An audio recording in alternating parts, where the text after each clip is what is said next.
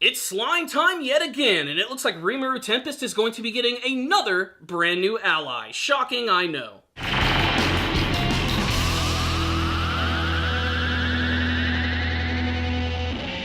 Greetings, my friends. It's time to talk about another episode of That Time I Got Reincarnated as a Slime. I'm very short on time, so let's just jump right into this episode right here. One of the coolest things about Rimuru Tempest is that he is an amazingly charismatic person, whether he likes it or not. And you can definitely see that throughout the course of this series as his kingdom continues to get larger and larger and more people continue to join him. And we get another brand new character who's introduced in this episode who goes by the name of Yom. He is just some sort of wandering warrior who's actually hanging out with those three goofy warriors we saw from the beginning of the series. He's working with Cabal and Aaron's party, and they eventually run into Rimuru's group. Now, this is where things get kind of interesting.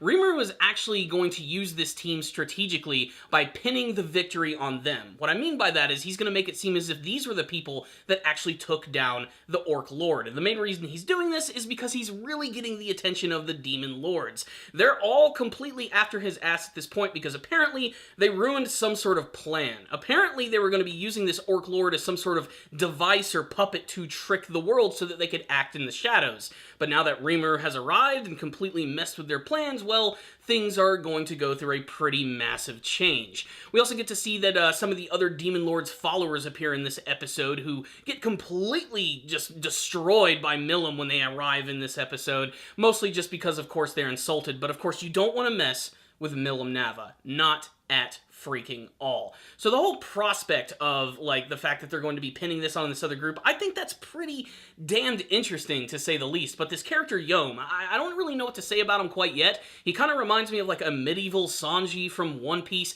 He's got a big sword and a heart of gold, and I can't wait to see him join the group, and it's only inevitable, really, at this point. Some other cool things that I think are worth mentioning is that Vesta, who started out as such, like, a major douchebag for the series, has ended up becoming one of the biggest allies for Rimuru and his group, which I think is pretty damn solid. I especially love that twist, and I love the fact that he seems pretty happy with his work. It looks like with the help of the Dwarven Kingdom, with some of their assistance, they're going to be able to mass manufacture all of these healing potions, which means the economy is just going to go boom for the entire Tempest Town, if you know what I mean.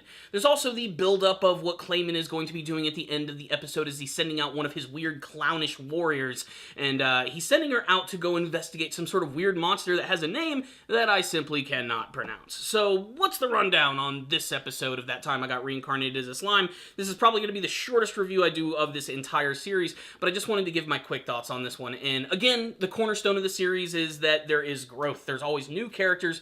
Rimuru and his family are constantly getting bigger with every single episode. There's also a lot of, like, really cool surprises in this episode, some of which were kind of gruesome. Like, when the Demon Lord's people came into town, they actually attacked Rigurd at first, and when they show him, like, his entire face, like, half of it is completely melted off from some sort of attack. You get to see, like, all of the inner musculature of his face, and it's really creepy, but he's taking it in extreme stride, which also makes it really funny. Luckily, Rimuru has extremely awesome healing powers, and all it takes is one potion, and boom, his face is back to being the way it was, like a chiseled Arnold Schwarzenegger goblin.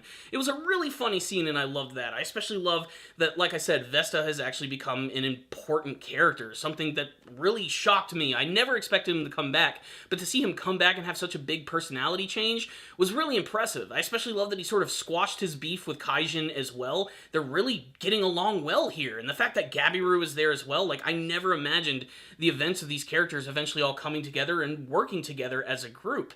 It really does show, like I said, the overall charisma of everything that is Rimuru Tempest. There's a lot of other details that I probably missed, but honestly, I just had to give my quick thoughts on the episode, which is why I'm going to give this one a solid 4 out of 5, expanding the series and building up another big epic story as we get very close to the end of the first season. I can't wait to see how it's all going to go, and I'm pumped up, but I want to hear from you guys. If any of you did watch the episode, tell me what you thought about it in the comment section below, and what you hope to see from the rest of That Time I Got Reincarnated as a Slime. Thank you all for watching this review. I'll see you all next time, and as always, stay down there, baby.